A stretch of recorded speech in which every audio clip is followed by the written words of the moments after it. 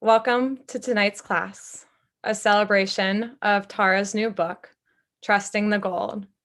My name is Shannon, and I'm one of the moderators for our session this evening. We're so glad to have you here. At the end of tonight's talk, Tara will be answering a few questions. You may ask your question at any time during the talk by submitting your question via the chat box and selecting everyone. Please submit your question only once and do your best to keep it concise. Also, please keep the same Zoom name throughout the call. If your question is selected, a moderator will unmute your microphone and you will read your question aloud. If your camera is off, please turn it on and say hello. This will allow you to come up onto Tara's screen and you all can have a dialogue from there. Once your dialogue has finished, a moderator will then remute your microphone. If you'd like to hide the chat thread, please click on the chat icon in the menu bar at the bottom center of the screen, or click the close X in the drop-down menu at the top left of the chat window. And all of these instructions are in the chat box for your reference as well. Tara, are you ready? I think so. Thank you, Shannon. And welcome, friends. It's fun to be able to see you appear on Zoom and also to know you're here listening on either live stream, YouTube, or IMCWs as well. A little bit of housekeeping before I really jump in. For those who come on Saturdays regularly, and I was looking at Zoom and saw a number of you I know come on Saturdays, we will not be having satsang this coming Saturday. Instead, I'm going to be having a workshop much like what we're doing tonight. I'll be joined by Rick Hansen, which is really fun. He's a dear colleague and friend. And of course, glad to have you. If you're interested in coming, you can sign on, just check my homepage. I want to remind you to check IMCW's homepage for offerings from our local IMCW teachers. And we have a couple of affinity sanghas to let you know about coming this week. It's women, young adult, heart width, and teens of color. If you are moved to offer a donation for tonight's talk and meditations, it's welcome, it's appreciated, and the link's in the description. And finally, since this is part of a book launch, we're trying to support local bookstores. And if you want to order the book, we're supporting One More Page Books, and you'll see that it's posted. It'll be the link is in the comments. It's One More Page Books. So maybe you have a spiritually minded dad and you want to get it as a Father's Day gift or whatever. That's a nice place to order through. Okay, so it does feel special to me to have you with me. This is the official first time exploring and celebrating the book coming out and really looking at some of the key themes together. I hope for those of you that have been with me, it feels really deeply familiar, these themes of trusting the gold. So I'll be including practices as we go. And for some of you, you might want to journal. I'm finding more and more that if you do a practice and then just write down a little bit, and I'll suggest some questions, the practice goes deeper. So you might consider that if you want to get a pad or have something to write on nearby. And we'll start with a short practice. We're not doing a full meditation at the beginning because I'll be weaving in a few practices. But let's take a moment and arrive together. And as a way of beginning, you might just check whatever posture you're in and inhabit the posture. In other words, really come into your body and make whatever of those slight adjustments help you so that you really feel that you're sitting in a way that's wakeful, that supports being alert, and also at ease, really at ease. If it helps you to close your eyes or let your gaze be downcast to bring your attention inside, please do so. Let's take a few full breaths together, inhaling slow, long, deep in-breath, perhaps to the count of 4 or 5. Feel yourself filling your chest and lungs. And then a slow out-breath matching the length of the in-breath. Feel the sensations of releasing the breath through the nostrils, letting go. And breathing in together, nice, full, deep in-breath, slow, conscious.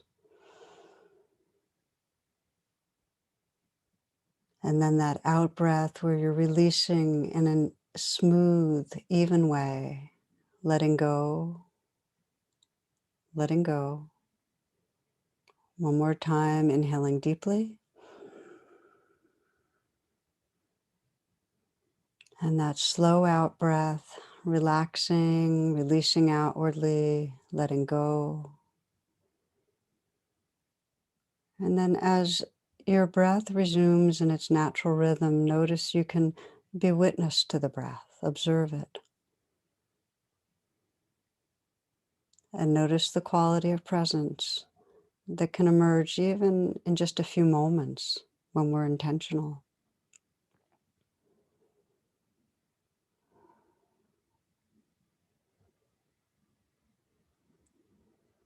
Now give yourself the gift of letting go a little through the body, and you might scan and notice where there might be habitual holding or tightness. And simply bring your awareness to those areas and see if there can be a natural softening. For many of us, just letting the awareness fill the shoulders, allow the shoulders to relax back and down some. And see if you can soften, relax. And see if the hands can rest in a very easy and effortless way. And soften the hands. And start to notice the tingling and vibrating when we soften the hands, the aliveness. And let the chest be open. Relax down through the abdominal area. Perhaps letting this next breath be received in a softening belly. This breath.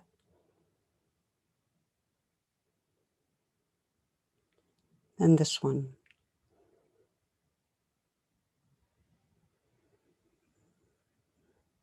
Scanning through the body, relaxing.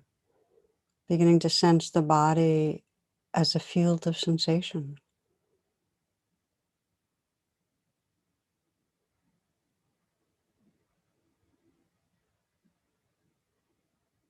Including in your awareness the sounds that are here.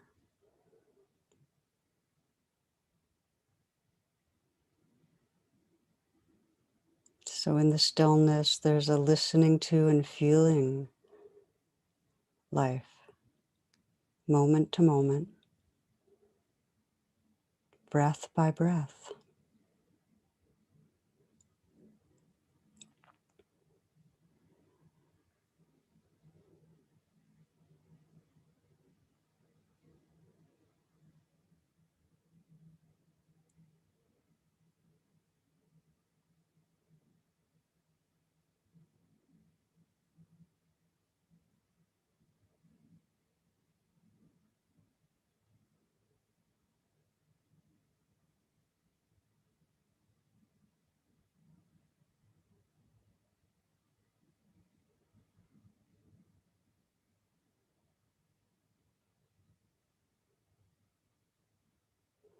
In the quietness, you might let the attention settle some around the area of the heart.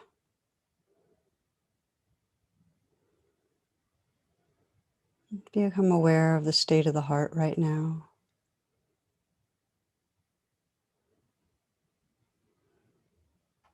Whatever mood or emotions here, or perhaps what's been here, and you can still feel a bit of the sense of it. If there's been excitement or stress, sadness or fear, ease, happiness, confusion, anxiety, whatever, with an honest and gentle presence. Just acknowledge how it is.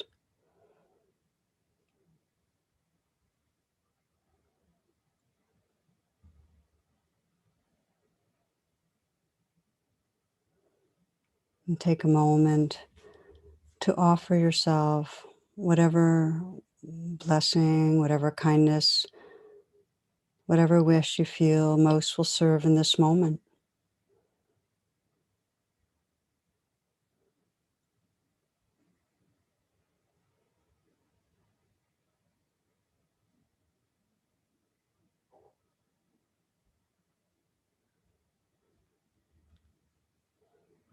And as you do, you might sense the spirit of namaste, of just honoring the life that's here, the aliveness, the sacredness, the awareness that's right here inside you. Just honoring namaste to the life right here.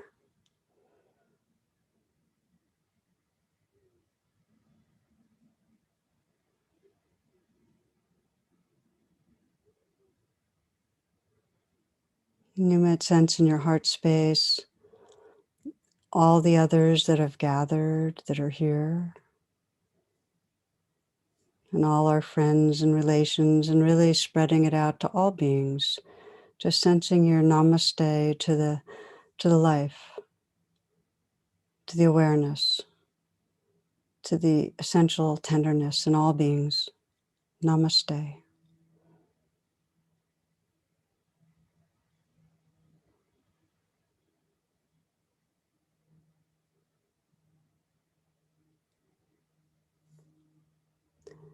The mystic and theologian Thomas Merton writes, "Life is this simple.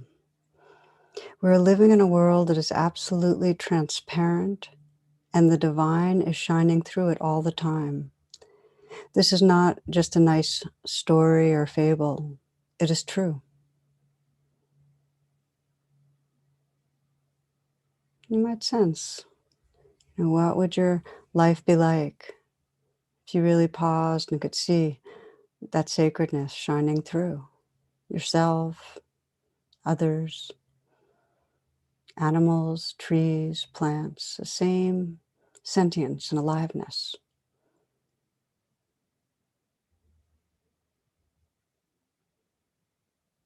This is not just a nice story or fable. It is true.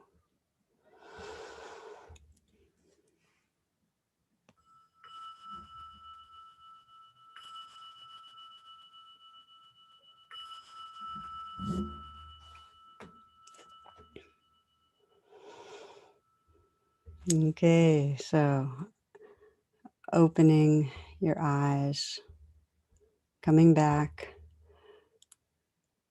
Yeah, so I'm just feeling I want to bow to you and say namaste to each. I've kind of fallen in love with the word, well, the meaning of the word, the spirit of the word, which is I see that sacred light shining through you, me, all of us. So I just want to honor that. And it's really pretty much the spirit of the book, Trusting the Gold, and of a lot of what we come together to explore. And of course, there's a cartoon, I just saw it again recently, that the light in me acknowledges the shadow in you. So that's also part of what we explore, right? That there are challenges in seeing the gold, seeing the sacred shining through. So maybe just a word about my process in this happening of this book is that it was really an unintended pregnancy. Over years, I've been asked by many, many people listening to talks and so on for favorite quotes and stories that I share, personal stories. And so Christy and Janet and Bart were assisting me in just plucking them out. And so we just figured we'd put together a kind of compilation, and it was pretty informal. And I just published Radical Compassion, and I really thought that was it. I just had no juice for writing a whole nother book. But something shifted. And it's that the theme of this got clearer and clearer. What does it really mean to trust our basic goodness? Just how incredibly transformational that is. I mean, just consider for a moment if you really trust, the purity of your heart, the awareness that's here, and see it in each other. It's profound. And so that became just very much alive for me, and equally compelling seeing the suffering around us. I don't know if we've ever witnessed such dangerous levels of mistrust. And I know you know what I mean in our society and the violence that comes from it. So it just felt like, okay, this is we're going to move forward with this. And Sounds True has been a great publisher, and they found this awesome illustrator. And those of you that have the book know Vicky Alvarez. A deep bow to Vicky. So it came forth as a gift book, and I wanted to share with you, and I don't know if I've said this out loud, that the title alone is really a part of my day. That when I'm in some way stuck, when I feel like I've shrunk, I'm small-minded, sometimes I'll just mutter to myself, trust the gold, because it's my smallness is coming from some sense of, not enoughness. In those moments that I say it, I start feeling the sincerity that's underneath, and my heart gets softer. It cuts through the trance. And of course, I'm getting ahead of myself, so I'm going to slow it down. But I did want to share with you about the title because it's like a bit of a mantra for me. So the organizing story in Trusting the Goal, it's one that's captured my attention over the years, and I've shared it with others. So many of you are familiar. I'll review it a little right now because we'll use the image a bit in our reflections. And this is the story of an enormous clay Buddha in statue in Thailand that was not really handsome or refined looking, but it had just survived the centuries, great storms and changes of government and invading armies and so on. And so in the 50s, so I can't remember what year, I think it was 56, it started to crack. And one of the monks was able to look inside one of these big cracks, and what shined back was the gleam of gold. And so they took off what turned out to be clay coverings. It was not just a clay statue, and realized it was the largest, most luminous gold Buddha in that whole area of Southeast Asia. People visit it from all over now. Many friends of mine have. So the monks believe that this golden Buddha had been covered with plaster and clay to protect it during difficult years, conflicts and unrest and invading armies and so on, much in the way that we humans cover our innate purity. And we do it so much so, we cover over to protect ourselves. The suffering is that when we do, we forget the gold, we forget our essential nature, the divine that's shining through. Our tendency is to fixate on the coverings, on our armoring of defense and judgment and fear and anger, the ego. And then we think that's what we are. And so the ego is not the problem. It's that we get identified with the ego, like with a set of waves, and forget we're the ocean. So I love this story, and I love it because it shows us both our suffering, how we forget who we are. We go into a trance of just believing limited stories about ourselves and each other, of course, and the potential that as those coverings become more transparent through meditation and through presence, the gold shines through. Okay, so here's the thing, that suffering wouldn't be suffering if it weren't really strong, if there weren't some very deep, pervasive ways that the coverings were sticky, that we got stuck on them, we got stuck feeling that something's wrong. And, I've talked for years about that sense of, that pervasive sense of falling short, of being unworthy, unlovable, flawed, really mistrust. And I've shared, my own personal story of how stuck I've been in the coverings. Striving to improve myself and judging myself and so on. And radical acceptance, actually, that my first book was really about recognizing that trance. And I'll never forget being on book tour because I'm thinking of it now. Virtual book tours are so much easier. I get to stay home and still speak to people in London and LA and so on. But so I remember the first book tour, and I was in Colorado at Naropa. It's a Buddhist college there. They had a huge poster of me announcing my radical acceptance book and my workshop that I was doing there. And they had a big picture of me, and the caption at the bottom was, "Something is wrong with me." And, because that was the theme I was talking about so much. It was just an interesting way to be welcomed to a new community, you know. But I've seen in myself, and this is decades ago, I've seen in myself and in other long-term practitioners and in so many of us, how deep the conditioning is, so that even now, even on a day today, I can catch the thoughts and the feelings that have some undercurrent of falling short. Something's wrong.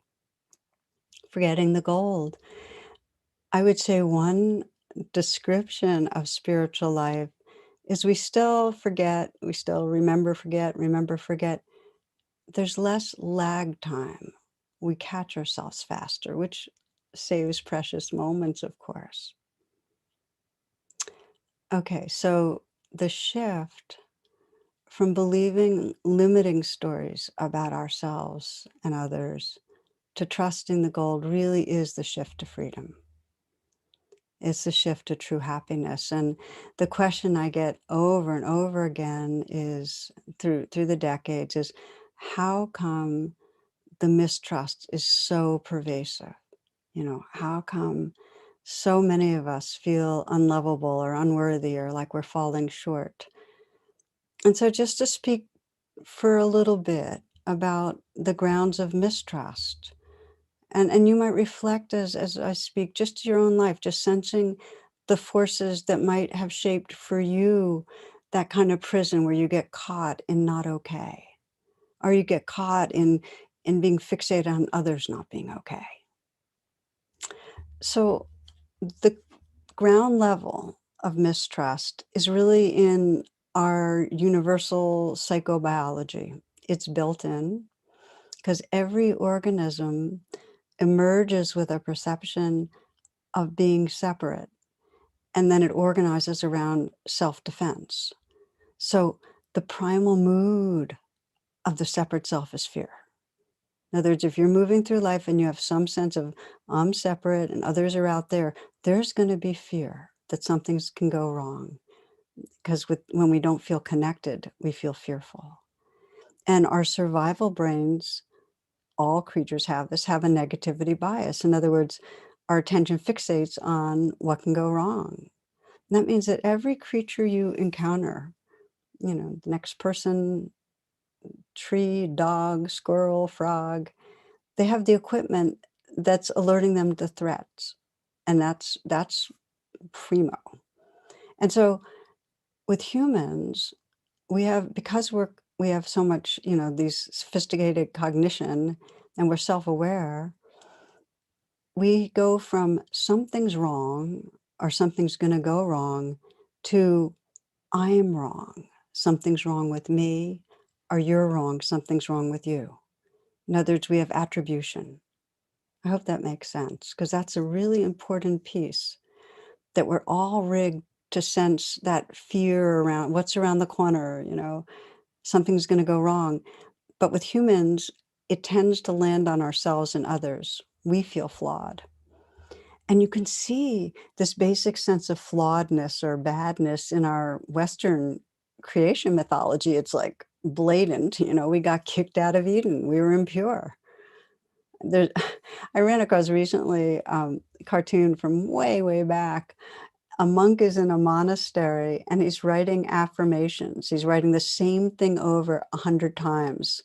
And what he's writing is, celibacy is not so bad. celibacy is not so bad. Celibacy is not so bad.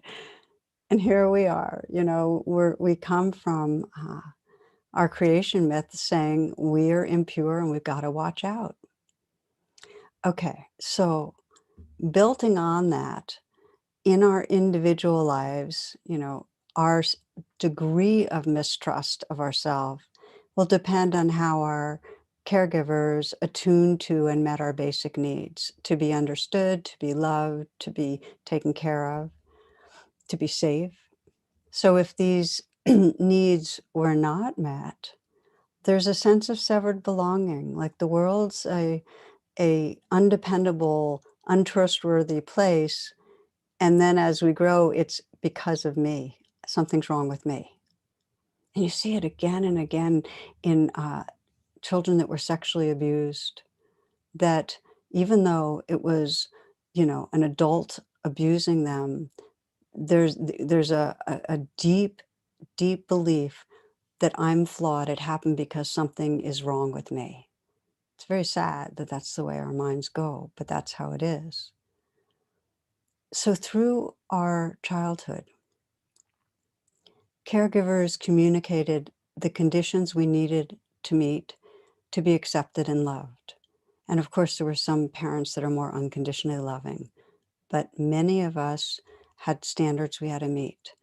And what it meant was we couldn't trust our natural selves because we had to meet those standards. And if you want to understand better, well, what were you kind of trying to meet and how did mistrust happen? Just start reflecting. Maybe you can do for a few moments now and even write it down. What were you rewarded for? What was the message? Be like this. How did your caregivers, parents want you to be? How did they want your behavior to be? How did they want you to look? How did they want you to move through the world? What did they want from you in terms of success? And you can also ask, what was I judged for? How were they looking at me through eyes that, didn't like what I was doing? What did I get punished for? Don't be like this. For so many, don't be so loud, or you're too sensitive, or you're too needy, or you're too anxious, or you're in my way, or you're not doing enough. You don't look the way I want you to look. That reflects how I want my expression of self to be, and my extended expression of self. You're not achieving the way I'd hoped, So what are the messages? And of course, we know the more criticism, the more neglect, the more abuse, the more mistrust of self and other. So again, what we're doing is just looking at the forces that lock us into not trusting ourselves, our goodness. And then, of course, it's amplified and shaped in the biggest way by our societies. I love this phrase that you don't think your own thoughts, you're thinking society's thoughts. That all of our ideas about how our body should be, how our look should be, how our emotions should be, what success looks like, our basic worth and value, it's been fed to us. These are standards that have been fed to us, and they're fed to us by society every day in many, many ways. And our societies don't offer a natural way of belonging. It's not like it's not like a free pass that you belong to community. We don't have easy belonging to the earth. So we have to meet those standards. It's a big deal. So this is Dave Barry on it, because some of the standards have to do with gender and how we should be in our supposed gender, and for him, male, be a certain way. And he says being puny all his life is painful for a male. He said, I totally missed the boat to Puberty Island. I was this little hairless dweeb with a voice in the Pinocchio range. One day, my mom, bless her heart, had a talk with me. She told me that girls were not interested only in looks, that the qualities that really mattered were brains and a sense of humor. That little talk was long ago, but it taught me an invaluable life lesson I've never forgotten. Moms lie when they have to. So he goes on. He talks about the suffering of not meeting the kind of machismo standard for males. And he just says, I'll just share one more piece. He says, "Men, you know how when your wife can't open a pickle jar, she gives it to you, and you're supposed to smile in a manly, patronizing way as you effortlessly twist it open? That's not what happened in our house. What happens is after a grim struggle lasting several minutes, I wind up lying on the kitchen floor exhausted and whimpering, while the pickle jar, unopened, laughs and flirts boldly with my wife." So it's fun. And we know the suffering that comes from a society that reinforces and rewards, in this case, expressions of male dominance and aggression. We also know the horrific suffering that comes from a society that turns women's bodies, men's too, but women's bodies into objects that need to meet certain criteria for happiness, for attractiveness. And I was looking at some of the statistics. I'll just want to share a few because they kind of oh, they really got me. One is that by age 13, 53% of American girls are unhappy with their bodies, and it grows to 78% by the time girls reach 17. 78% of our female teens don't like their bodies. Now, I know for myself, I started dieting at age 12.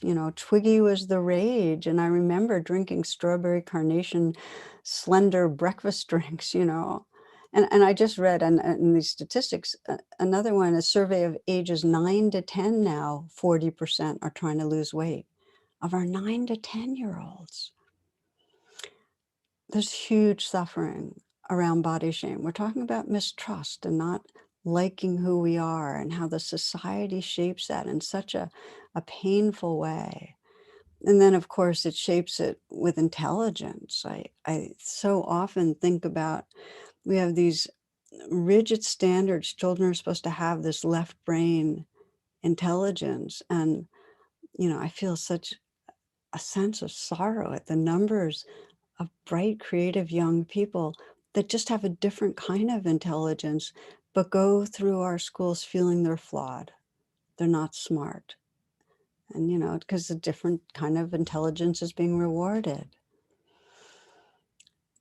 The most toxic fuel for distrusting self and other comes from our dominance hierarchies. Okay, these are the way our societies have caste systems based on race, on classism, sexism.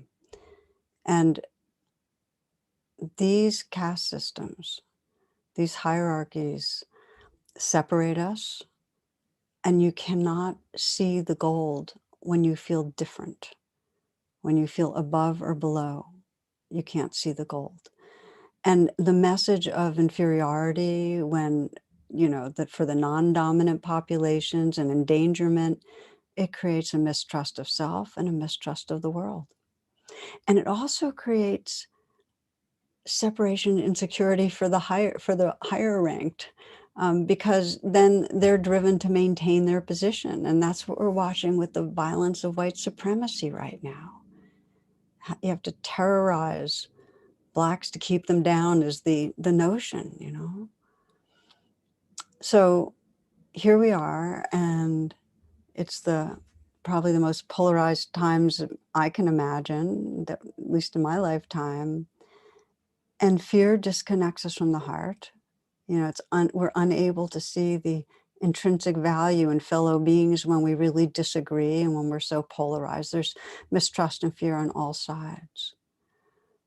So we're coming down to the central theme again, that we've never so desperately needed pathways to building trust, to remembering, the fundamental value of all beings, including our own being. So this is our work, friends. This is our work. That namaste, that the more of us that can intentionally be looking towards the goodness, in ourselves and each other and start waking up that trust, the more healing for our world. I'm thinking about Einstein, another mystic scientist.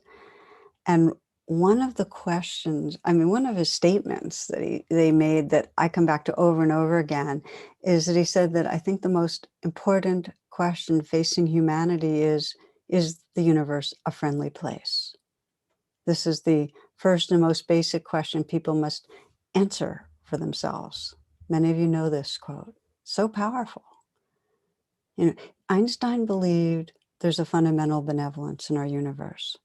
And he claimed in his writings that if we trust that, it'll give rise to activity that actually serves our collective understanding and peace and well-being. If we trust it. So you might just ask yourself right now, we know all the ignorance and cruelty and horrors. Do you sense a fundamental benevolence, a love, a goodness in the universe?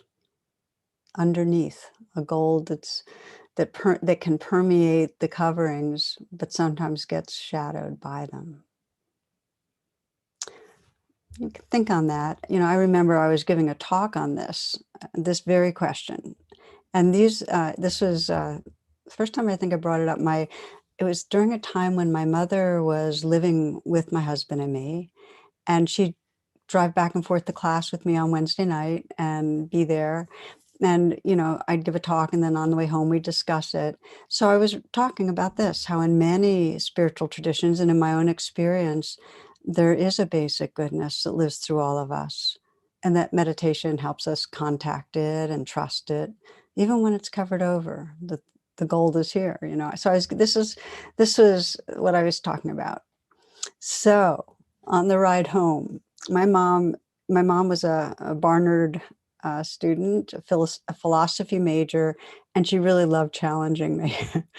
So she just launches right in as soon as we get in the car. So where's the basic goodness in racism and in capital punishment and humans destroying our earth?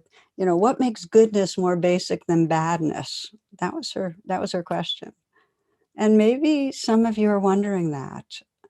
It's a natural thing to ask. Why is goodness more fundamental? So, we tussled a bit as we did, but I completely agree. There's no conceptual proof. And I did say that in my life, and increasingly, there was a direct experience that I could see the coverings. I could see all the ways that we humans get scared and act out in horrible ways, and really sensed underneath whatever coverings that there is a goodness, there's life, loving life, there's a sentience, there is a divine that can shine through. And I also shared something with her that I hadn't named out loud before, that even when I'm not directly experiencing that, and even when I'm kind of caught up, it's still a choice. It's a choice and an intention to live as if loving awareness or the gold is our deepest essence, to assume it. And my experience, and I'm really pragmatic, I figure, well, if assuming something helps me, then I'm going to assume it as much as I can.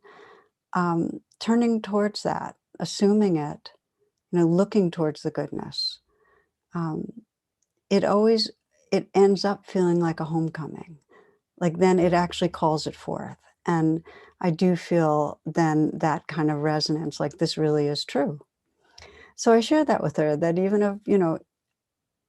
if there's no conceptual proof that there's a basic goodness and love in this universe, it's my perception, and assuming it really helps in my life. And I just want to share with you that for all her sparring, and believe me, if she was in her grave right now, she'd say, yeah, but what if, during her final years, she lived in that spirit of trusting the gold. And I'll just never forget at her memorial how most everybody said, being around her, I felt better about myself.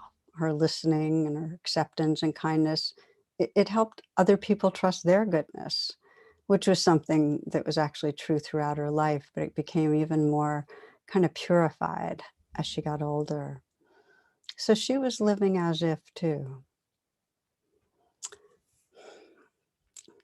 So there are two main pathways if you want to cultivate that trust in the gold, if you want to live from the gold. And, if you think of all of spiritual practices, you can kind of divide into two main pathways.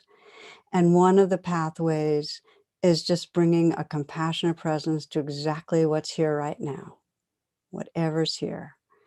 And the second pathway, I think of the first pathway as you start right where you are. Okay. The second pathway is intentionally looking towards the goodness. And we're going to, looking at the clock right now, we're going to practice with them both.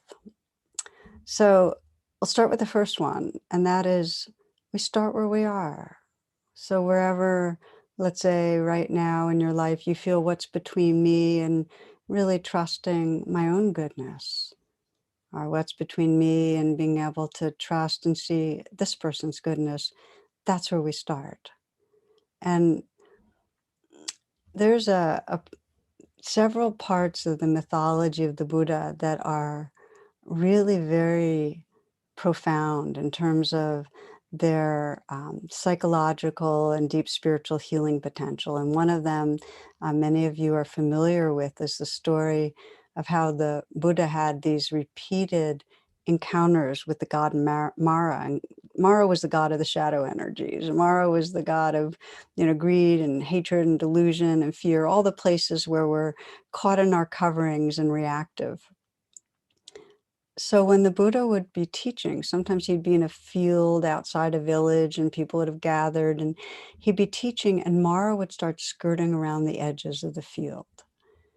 And the Buddha's loyal attendant and cousin Ananda would get really disturbed, like, oh no, Mara's here, But the Buddha was actually quite relaxed and he'd just say, it's okay, it's okay. And he'd go right over to Mara and say, I see you, Mara. Come, let's have tea.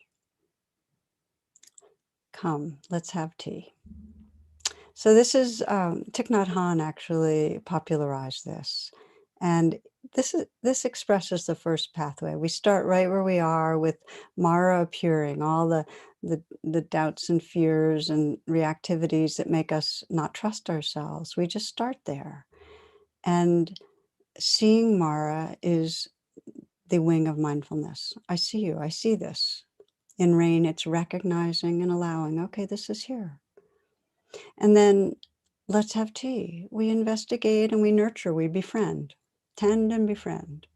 This is the pathway of starting where we are. And I can say for myself, it's been a primary way of waking up through the decades. It's the primary thing I teach often. And I remember one of my early episodes or experiences of having tea with Mara in my early 20s that was specifically around mistrust. And I was at that time living in a spiritual community in an ashram. And I'd been going through a hard time and was feeling very alienated from the community and very down on myself. And part of it was we had this idea of purity, that we were trying to spiritually grow and that the ego was bad and we were trying to transcend the ego, something I don't believe anymore. But I was very fixed on how terrible my ego was, how selfish I was and self-absorbed I was, and how I put myself first and how, competitive I was. This is a yoga ashram and how much I was kind of felt like a show off, that I wanted to look good with how well I could do yoga. And so there's a lot of pride and shame and so on. So if you think of the statue of the Golden Buddha, I was really seeing the coverings. I was stuck in the coverings. I was hating my coverings. Okay, so I think you get the idea. So I was part of a women's group of our community, and I remember confessing that I really didn't trust myself. I did not believe I was a good person, which was a pretty vulnerable disclosure, and I have no idea what the response was. I don't remember that part. I just remember going back to my room, and I was pretty cracked open. And usually, when I would be feeling terrible, I would just start doing vigorous yoga. And that was my way of trying to get everything realigned. But I didn't this time. And I just kind of stayed with what was. And you could see the unfolding of rain, recognize, allow, investigate, nurture in how it happened, that I just got it that, okay, this is a cracking open, let it happen. And I investigated, and under all my judgments, I came right to that core of shame, that in some way, any indicator of ego meant I was bad. And that's a really painful thing, because a lot of us have that we see these human imperfect egos with their self-centeredness or aggressions, and we own it. We think, oh, that's me, I'm bad. And so that's what I was getting in touch with. And I started opening to the waves. I was investigating and feeling in my body the waves of shame, and it became grief. I could really feel this grieving that I wasn't able to feel connection because I felt so bad. And that led to the N of rain, nurturing. I was actually just I remember kind of hugging myself and just rocking. And it was just a sense of caring about the pain, caring about the pain. And afterwards, I got really quiet, really still, and just felt larger. It was like the waves. I could still sense the waves of the ego and the thoughts and the feelings there. But in that stillness, there was more of a sense of this background of quietness and openness and tenderness and presence.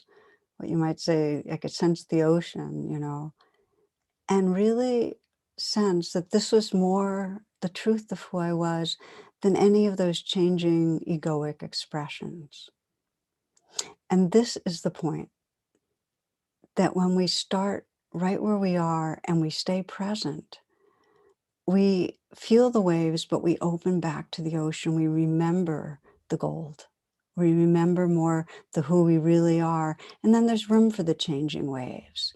And it's so important, if you're one of somebody that practices rain, not to end with just the N and nurture, but then notice the presence that opens up. Sense, okay, this is a taste of the gold, because the more you get familiar with it, the more you'll trust it. That's the bottom line.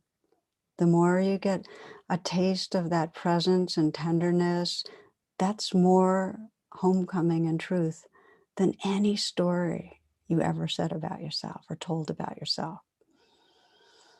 So I really think of rain as it dissolves the opaqueness of the covering, lets the gold shine through. Okay, let's practice for a few moments. We're going to do a short practice of bringing rain to self-doubt. And this is just a taste. Please come back, circle back, go deeper when you have more time on your own. But take a moment. If you've been sitting real still, you might want to move or stretch a little and then come back into stillness.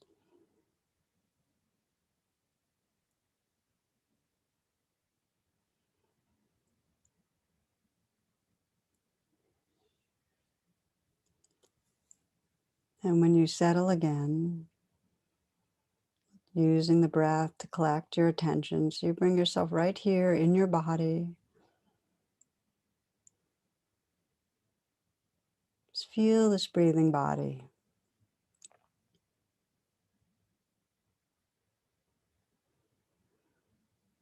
Maybe do a little letting go of areas of obvious tightness.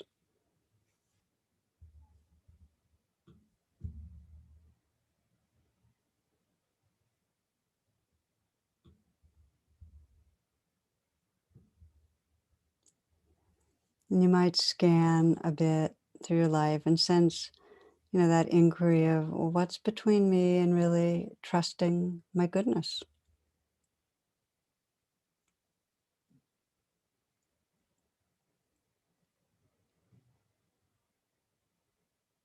And you might find that there's something you're blaming yourself for, maybe something that's very specific or just more of a kind of an amorphous sense of falling short.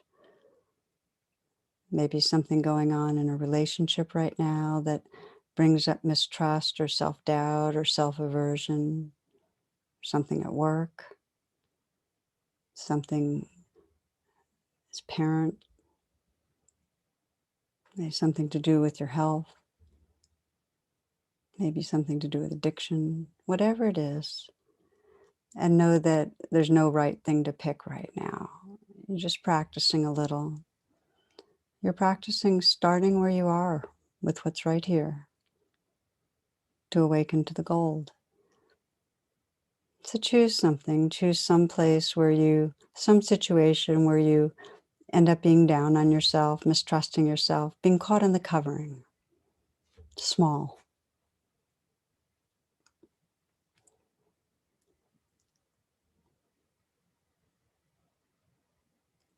And bring the situation close in so you kind of are seeing what happens right at the point where you get most triggered, where you end up really getting tight and feeling bad about yourself. Where the inner judge or inner critic's voice might get loud, or the feelings, the sinking feeling, the shame, anger. Just notice what's there. And rain begins, the R's, just to recognize, okay, so this is what's happening right now. And you might name whatever emotion feels strongest right now. Just mentally whisper it.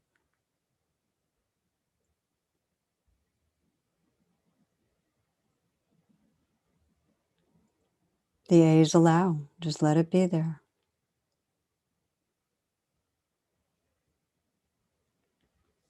The I investigate, and again, we're doing this more briefly, is to just sense how it's experienced right now in your body.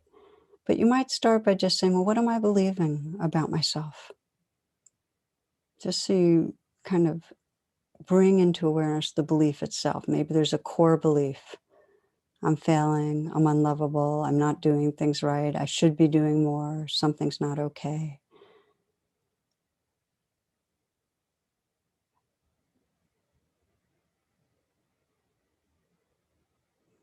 And whatever the belief is, see if you can feel in your body what it's like when you're believing the belief. Feel your throat, your chest, your belly, and it sometimes helps just to put your hand on your heart, just to start accompanying yourself. And this is actually beginning nurturing, where you're breathing and feeling what's here. You're feeling the waves of the experience. Okay, this is how it feels when I'm caught in the coverings, when I'm forgetting the gold. Sinking feeling, maybe anxious, maybe fearful, maybe angry, but breathe with it and start offering some kindness. Rumi says, don't turn away. Keep your gaze on the wounded place. That's where the light enters you.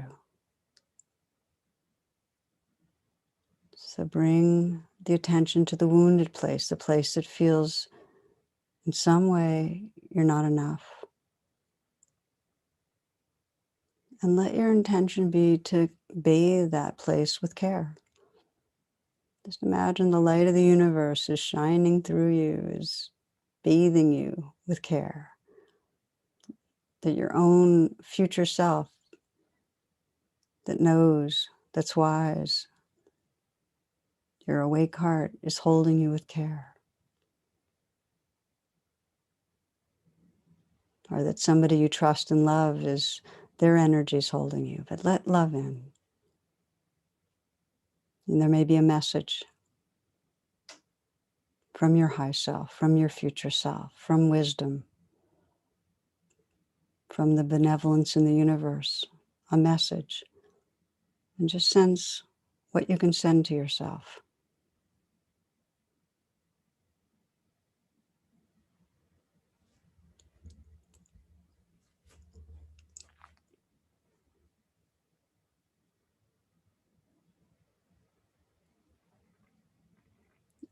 And take some moments to just notice the quality of presence that's here.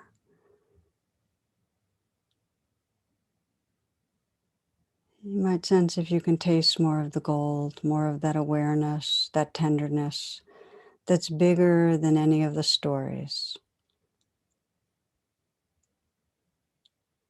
Sense the presence of your awake heart.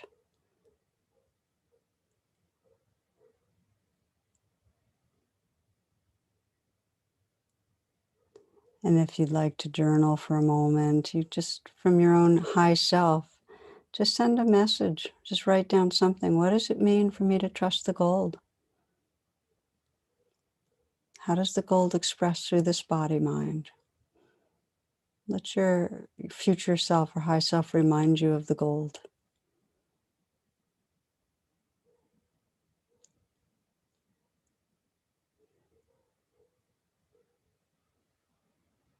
It might be just a few words. Remember that you care. Remember your honesty. Remember that you love love, that you love truth.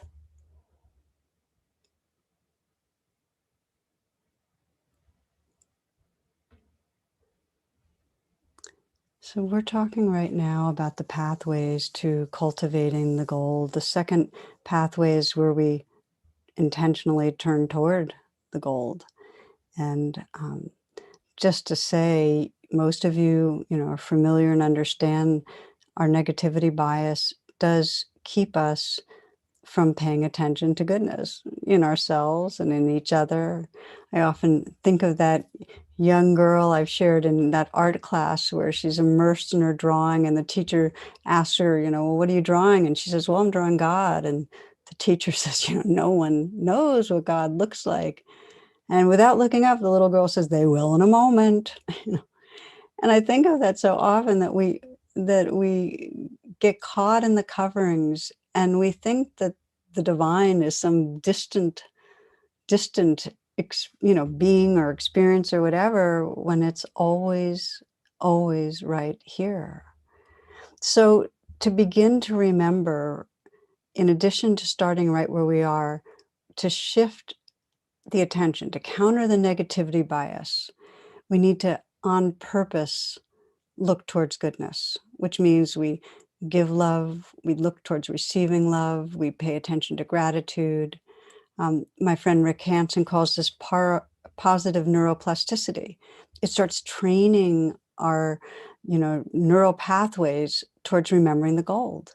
And again, there's a powerful myth from the Buddhist tradition where Siddhartha goes through his night of awakening and he encounters all of Mara, all the difficult energies through that night: greed, hatred, anger, delusion, craving, jealousy.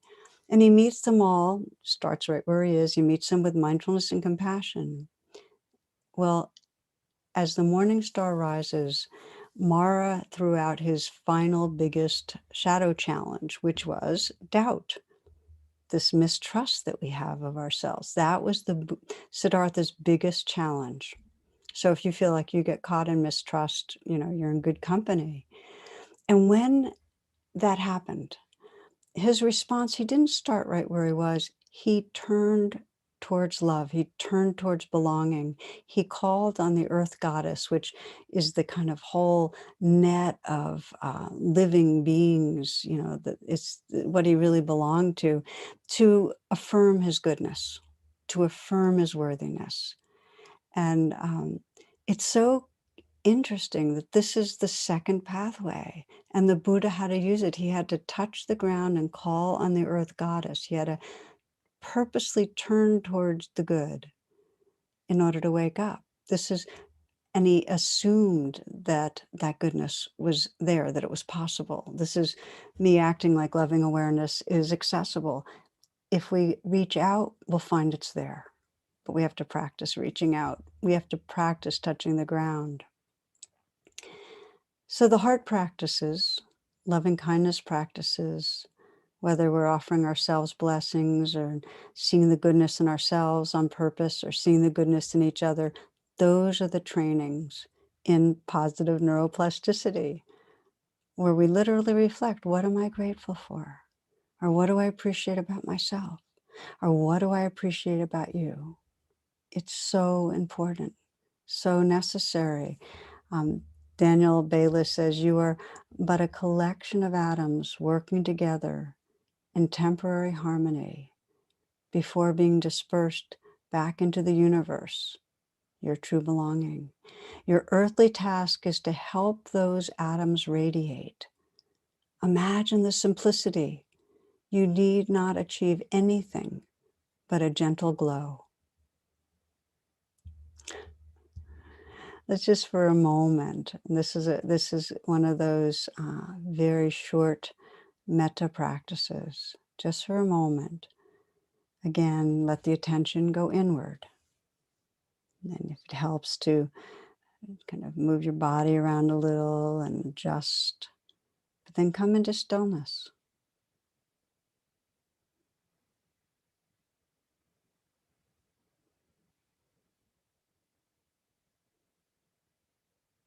And take a moment to bring to mind someone who you love. Ideally, a relationship that's not complicated.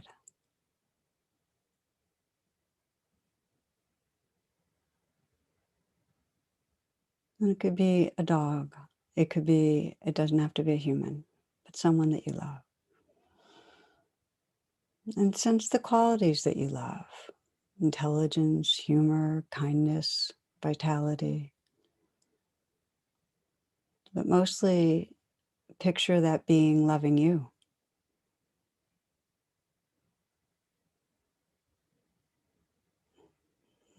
Just be aware of their essence as good and wakeful and caring, and just picture them loving you, the way their eyes look on their face. And as you do, you might mentally whisper their name and the words, thank you.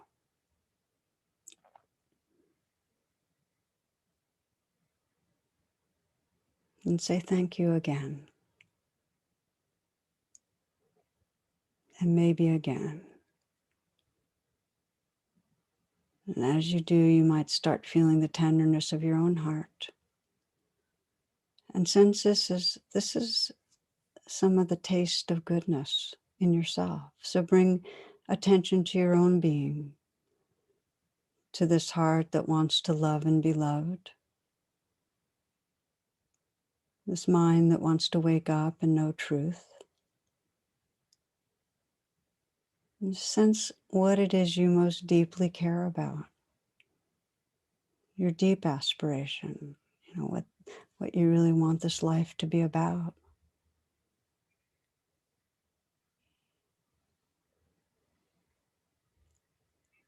And sense the goodness of that.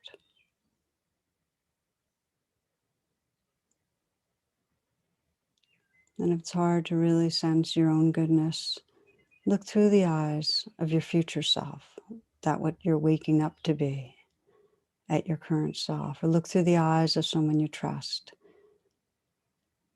and see your sincerity, that you want to heal and be free. You want to be able to love without holding back. And as we did earlier, just sense that you can honor that. Namaste. Your earthly task is to help those atoms radiate. Imagine the simplicity.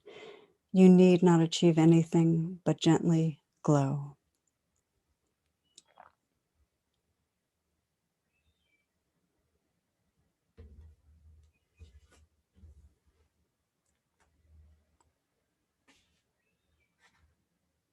Taking a few full breaths. So we've talked about purposely this positive neuroplasticity, seeing the goodness in ourselves. And of course, the other part of our training, and we don't have time to do full practice right now, is learning to see the goodness in others. And it's easiest when we can sense that spirit in children. We can sense the goodness in people often when they've already died. We can see it when people are happy or when they're loving. Uncomplicated relationships. And of course, we know it's most difficult to see the goodness when the person's caused harm to us and to others, when the person's threatening, or when we're blinded by racial or other caste systems, very hard to see past because others seem like objects.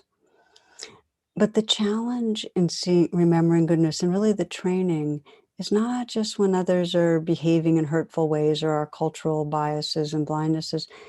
To the degree we're stressed, we're going to be caught in our own coverings. I call it our kind of our spacesuit, and we're just going to see other people's spacesuits. It's like that story of the man who comes late to a meeting at the office, and they asked him what took him. He says, "Well, outside I saw a clown." And one person asked him, "Well, was it a person dressed up as a clown or was it a real clown?" And when we're caught in ourselves, we see the spacesuit, and that's who we think the person is. We're not seeing the real person. If you think of somebody when you're afraid of them judging you, what are you going to see about them? They're threatening. You're not going to see, you're in a place of stress. You're not going to see who they really are. Or if there's someone you're afraid of disappointing, the stress will stop you from seeing who they really are. Or if it's somebody you want something from, you have an agenda for, or you want to see them change. There's like a family member or a child, you want them to change. I know this with my son. So many years of thinking he needed to change something. He needed to put more time into classwork, or, less time in video games, less partying, whatever it was. In the moments I wanted him to be different, I wasn't seeing the gold. So it takes intention, friends. If we want to cultivate seeing the gold in others, and not even talking about others that have hurt us, but just the familiar others, we have to be aware that our wants and fears, our agendas get in the way. We have to pause and we have to deepen our attention. And that means that we really sense, well, what does this person care about? To imagine what their hearts really care about. And you might take a moment just to bring one person to mind who's familiar to you, that's somebody in your household or in your closer circles that you might have some judgments around, somebody you want them to change how they're acting in a certain way.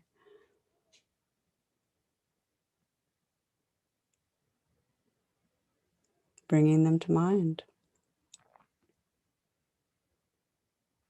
And then see past the coverings. What does this person really most deeply care about? What's their heart's longing?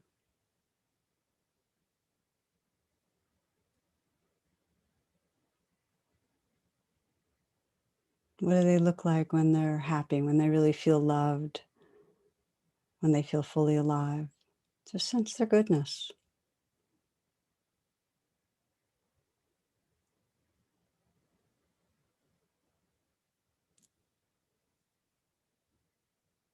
And sense who you are when you're aware of their goodness, how that opens you up to your gold.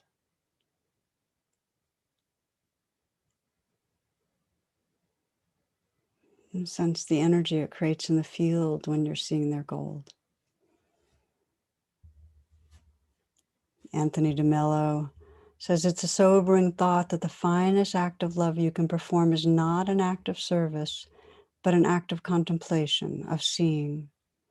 When you serve people, you help, support, comfort, and alleviate pain. When you see them in their inner beauty and goodness, you transform and create.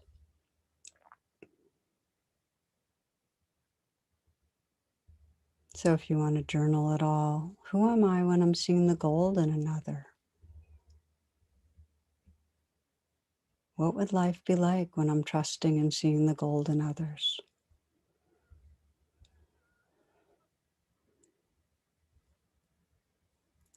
So I'm going to pause here, friends, and you can journal a bit and reflect.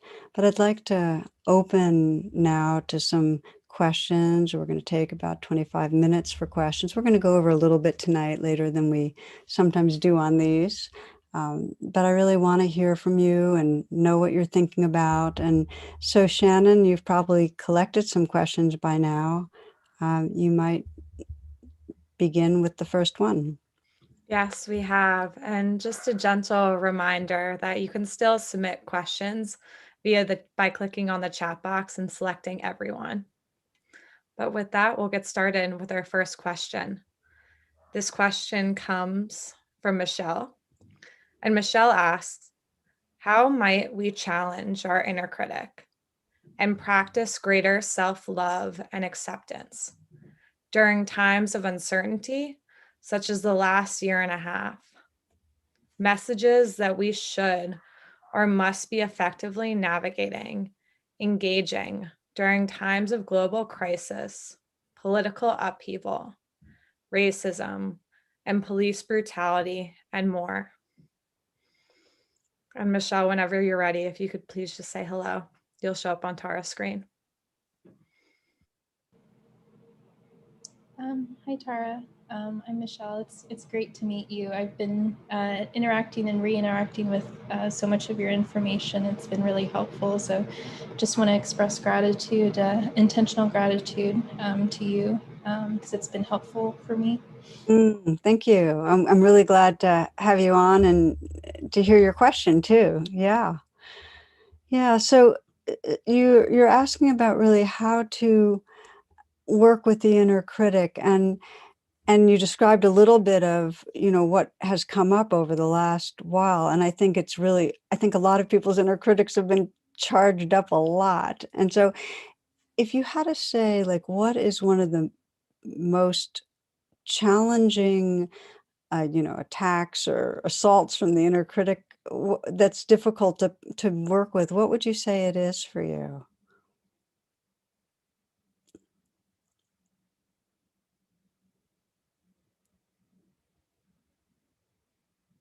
You're gonna need an unmuting here.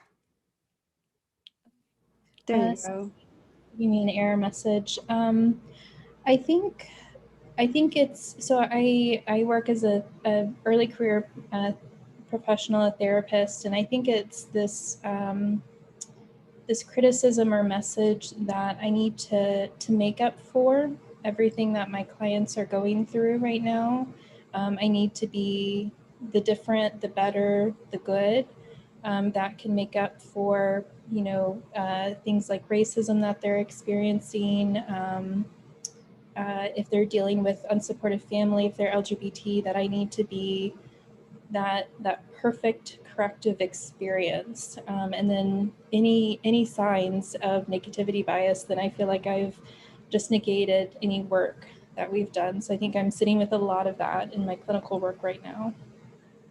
Thank you. You've just named it so well for so many of us that, and I love it it's your expectation of yourself. You're going to offer the perfect corrective experience, for huge suffering right now. So then what I would ask you is, if you pause right now and do you ever work with the future self? Not very often, but I was jotting it down when you were talking about it because I think it's a really helpful concept. It helps me, and it's not future as in future time-wise as much as you can sense the trajectory of your own evolving, yeah? You sense how you've changed and grown? Yes. Yeah, you're more aware, you're more able to you may still struggle with an inner critic, but I suspect you're kinder than you were in the past. Is that so? I think so. I hope so. Let's assume it. Yeah, so if right now, and this is for all of you, if you just take a moment, because this is a great chance. I mean, I can sense where my inner critic's kind of in the background going, I mean, so we can do it together to take a moment to um, call in your high self. I mean, this is just the most awake and trustworthy part of your being, that part of you that's had really glimmers of something bigger. And if it helps you, Michelle, to close your eyes, it always helps me to kind of go inside a little and just call on that, call on your own highest consciousness. This is the consciousness that's really evolving. It's more and more accessible.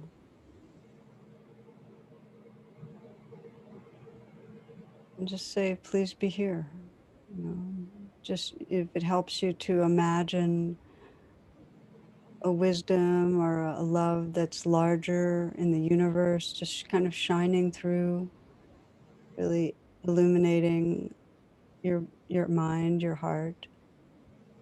And just sense that if you could speak to the critic from that place, speak to the part of you that is holding up perfectionistic ideals, and just speak from care and from wisdom, what message would you want to offer?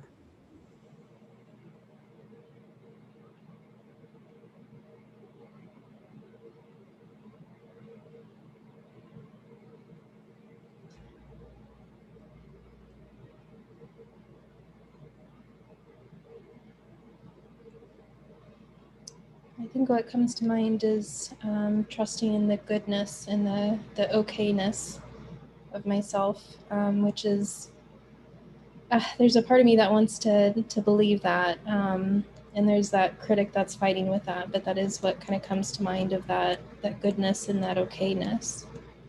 Okay, and it's really natural that there would be a fight. It's not. I wouldn't even trust the process if you didn't sense realistically that there's a conditioning that says, yeah, but. So, but from the view of your future self, what does that place in you see that lets you know there is goodness?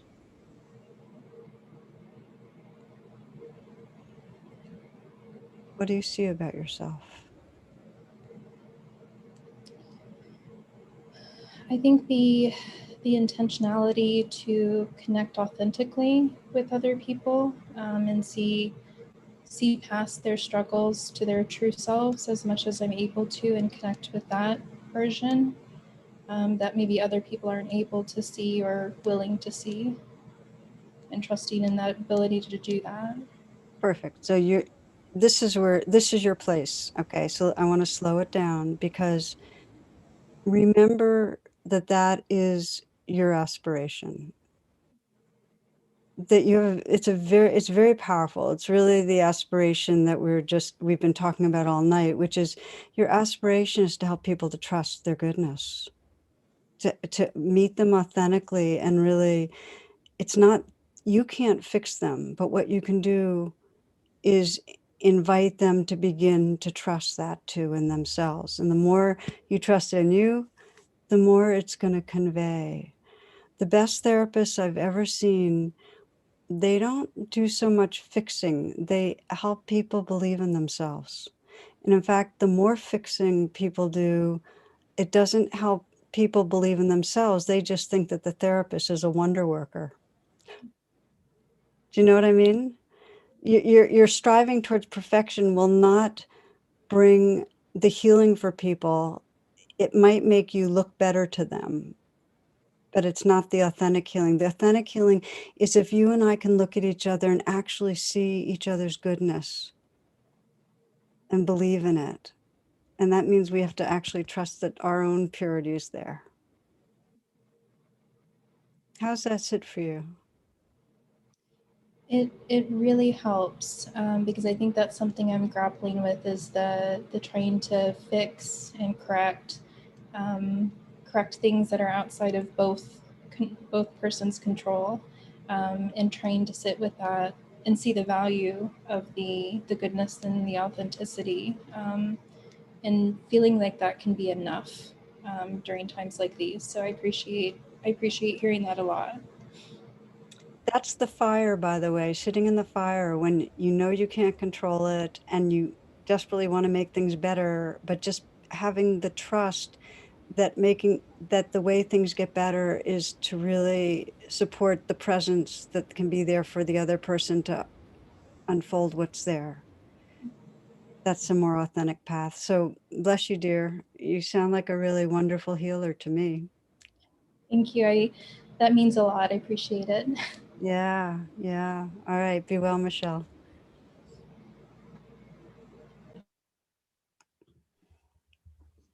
Hi, Tara. Our next question is from Melissa.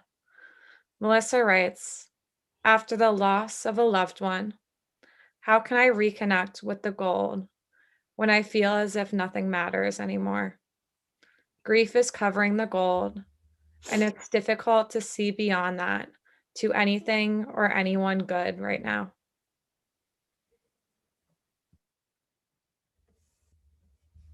So welcome, Melissa. Thank you. Speak a little more so I can get you pinned on screen. Thank you. I'm right here. It's a little dark. Yeah.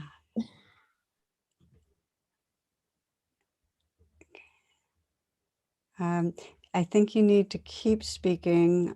I know it's a little awkward. There you are. I'm right Okay. here. I got you. Yeah. Sorry. Yeah. No. I just needed to be able to see you. So, and now we can all see you. So tell me, and I'm sorry for, is it a recent loss? Yes, April 22nd. Oh, that's really recent. I'm sorry. Thank you. Yeah. Yeah. It took a lot to even write my question. Yeah. So you're naming what's real right now, and that's the truthfulness is what you need. It's just, you're just saying there's grief here and I'm not feeling like anything matters. It's covering over. Right. There's a lot of, I don't see a lot of gold in the things that I used to. Right. Right. Yeah. So you're grieving, and it's grieving because this is somebody that was very dear. This was my husband.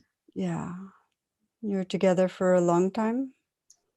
20 years married, about 25 years together, 28.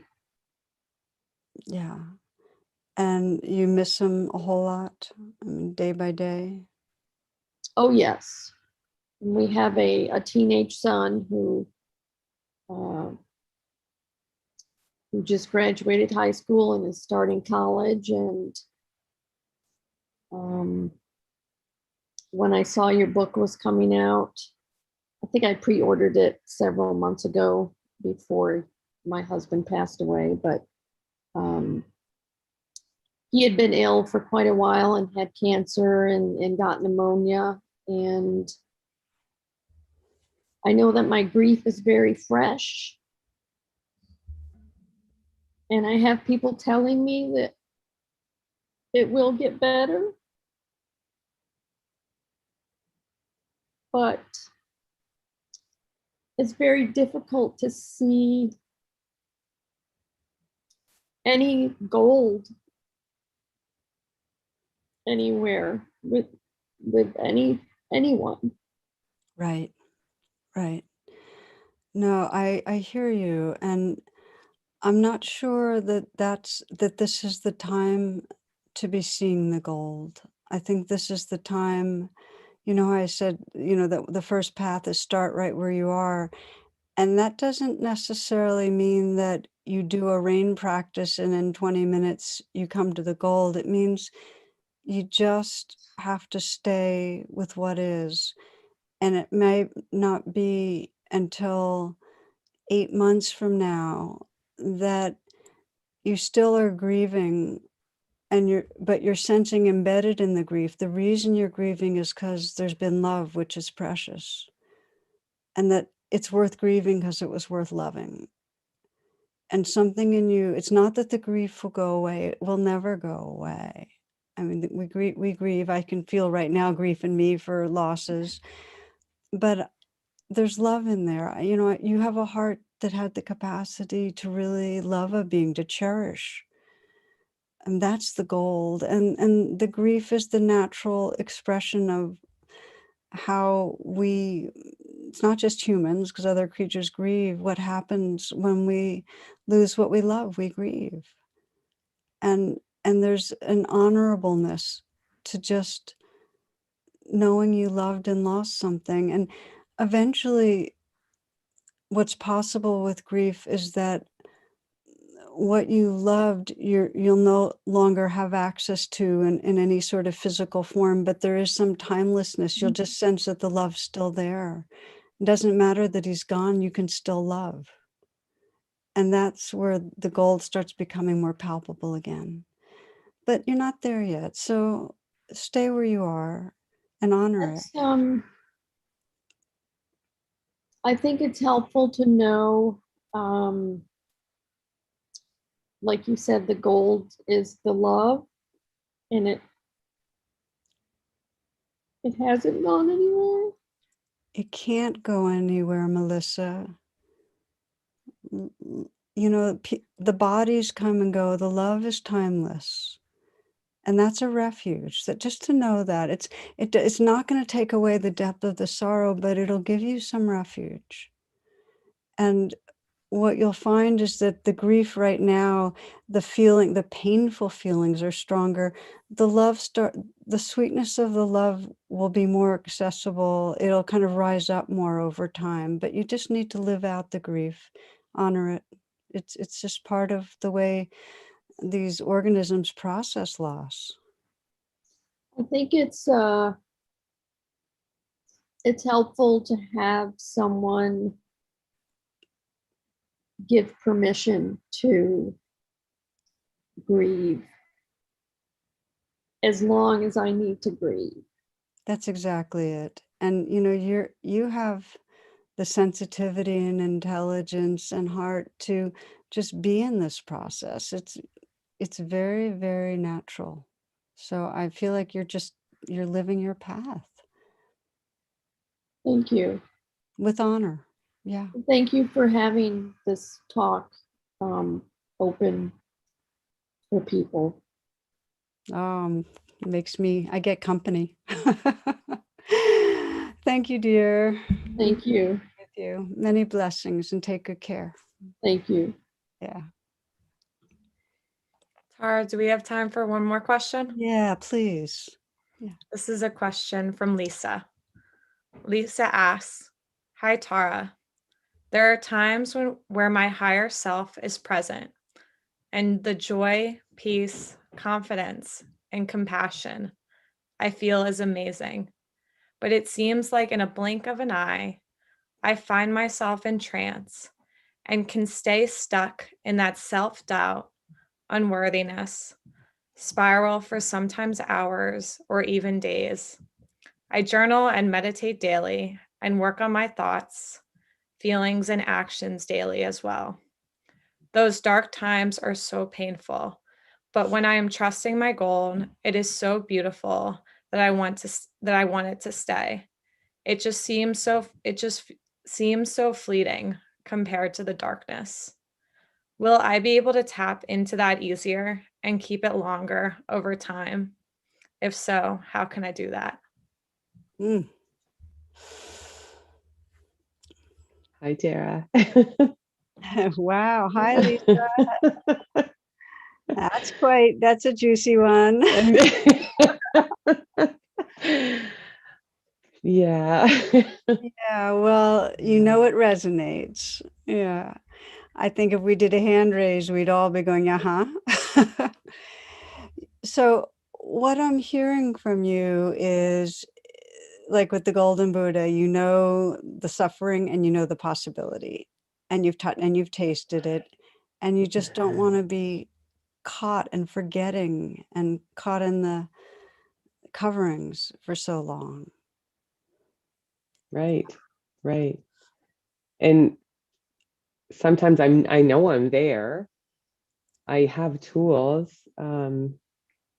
but it just gets so caught up in the thoughts, I guess, right? The beliefs, those core beliefs and all those kind of things that cognitively I know, but there's something deep that's just like, no, we're not going to choose to do that. Right? We're not going to identify the thought. What am I believing? What am I thinking? Yeah. What else could be true? And it's just almost like a conscious choice to sit in it Does that make sense? Yes, we can be really loyal to our suffering. It can be really stubborn, digging in the heels, and yeah, just get grim. And I'm not doing anything about this. It's yeah, a rebel. Like a part of us is rebelling against another part. We can't. There's not, control. There's not like a self that can control a self. But here's what's possible, and I think I suspect you already know this, is that you can use your prayer, your aspiration, more and more consciously. There's no ceiling to how strong that can get. It's like the poet Hafez says, ask the friend for love, ask him again, for I found that everyone will get what their heart prays for most. So what I encourage you to do is, at the beginning of the day, or when you're not completely caught, set your aspiration. And I practice with aspiration at the beginning and end of every day. I kind of like I'm sandwiching my day that way. And so at the beginning, as much as I can, I'll meditate and get sincere and say, please, may I trust the goal? May I live from the goal? May I live from love? Whatever the words are, I like that. I like that a Yeah, lot. yeah. And I have to first get quiet to even sense the aspiration from a present place. Mhm. And then I go through my day and I go in and out of stuff. There are moments in the day when I'm just in a very, very petty head state. And then at the very end of the day, I sit for about 45 minutes in the morning, and then I sit for maybe 5-10 minutes in the evening. But I will in some way review the day and notice where the trance came in and out, not to judge, but just to be more witnessing, and so that the next day I'm more alert. Where did I get lost? And then I end at nighttime, and even if I'm just going through the motions, I'll do the same thing. And the trick is, it doesn't matter if you're going through the motions. You know what I mean? Sometimes it feels that way, definitely. Yeah, It's just and not present. it actually helps to do some of, I actually feel more sincere, embodied, and pure when I bow my head, because there's something in me that's saying, okay, I'm just like handing over this ego stuff and just leave. It just frees up the gold. Yeah. But it's okay to go through. It's like I said earlier about, even if I'm not feeling it, I just have chosen to assume it, that goodness is here. Like, And okay, that that really makes sense. helps. It really helps, because there's going to be times that our small-mindedness, our critic, our judgments are going to have us feel like it's just not true. But just stay true to what you know deep down.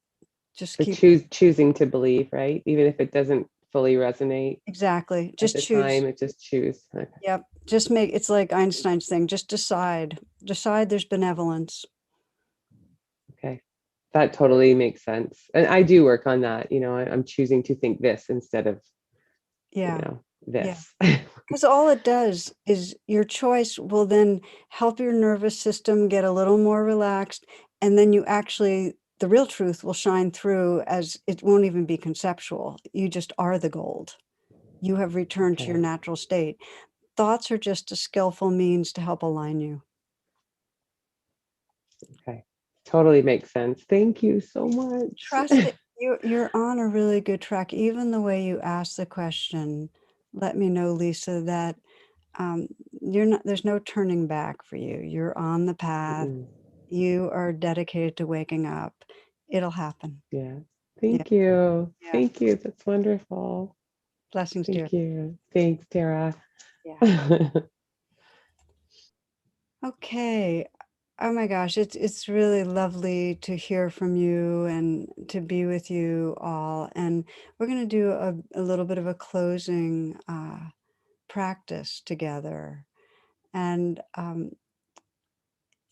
the basic note, theme of the whole evening is, if we start dedicating ourselves more on purpose to trusting who we are and trusting each other, if we start dedicating ourselves to sensing namaste, if enough of us do, it really ripples out. When you become a mirror of another person's goodness, you bring it forward. And then we start creating the world that we believe in. And that's, our world so needs that energy right now to bridge the separations. So, brief reflection as we end the evening, and I just want to thank you for being part of it. It touches my heart. You are my extended family community, and just to be with you really matters. We'll close with a reflection, and this is quite simple. That very much as we started, I'd like to invite you to let your attention go inward, to take a few moments to relax through your body, to feel your breath.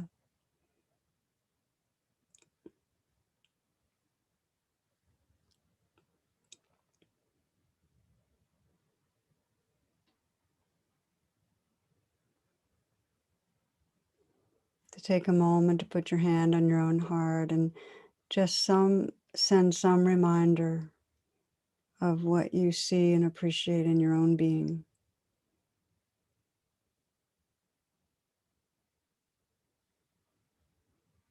Some message from your own awake heart on what you can trust.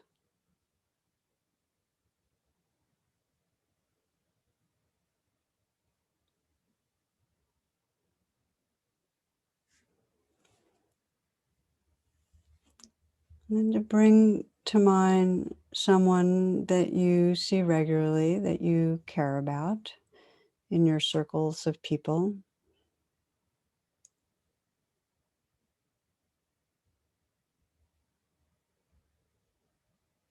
Take a moment to bring them close in. It could be someone in your family, friend.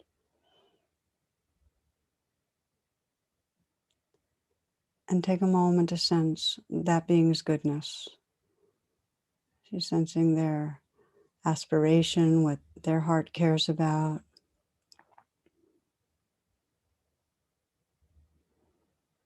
Just maybe imagine the light in that person's eyes, the intelligence looking through.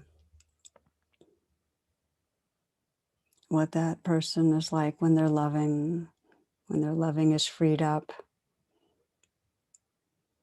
when their heart's happy in a wholesome way. Just their aliveness, and sense what you love, sense what you care about, what you appreciate.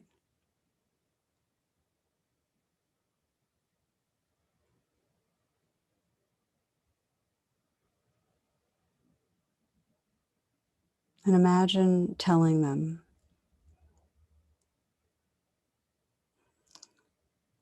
Imagine letting them know something about your care, your love, your appreciation.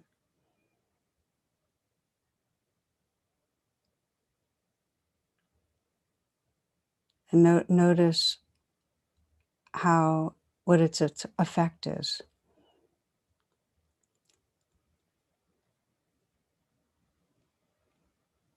So that you can sense the kind of invisible but very real connectedness that happens when we recognize another being's goodness and let them know.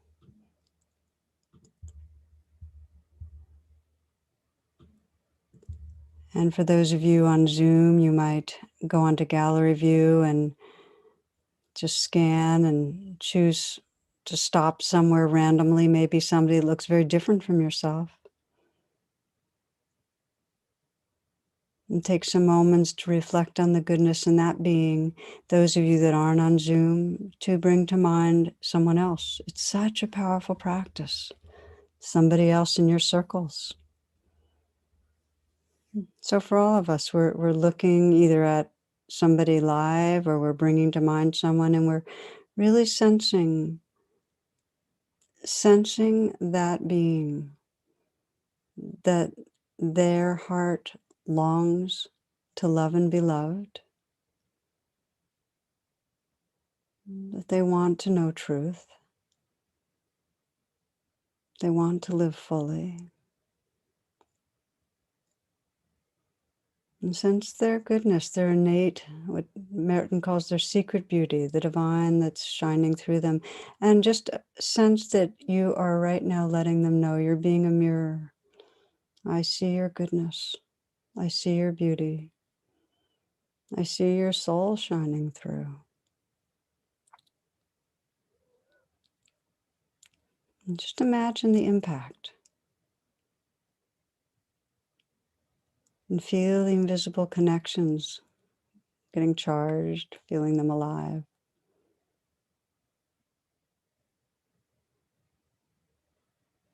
Yeah. Feel your heart opening in the way that you can feel heart space. And let that heart space include all beings. You might sense the possibility of moving through this world, whether you're seeing an animal or a tree, non-human animal, a tree, or human. Really trusting that this world's a friendly place intrinsically, seeing the gold. Life is this simple. We're living in a world that is absolutely transparent and the divine is shining through it all the time. This is not just a nice story or fable, it is true. So we close in a simple way, just sensing our prayer that all beings everywhere may recognize and trust the gold, that sacredness. May we live from this loving presence. May we help bring it out in all those we meet.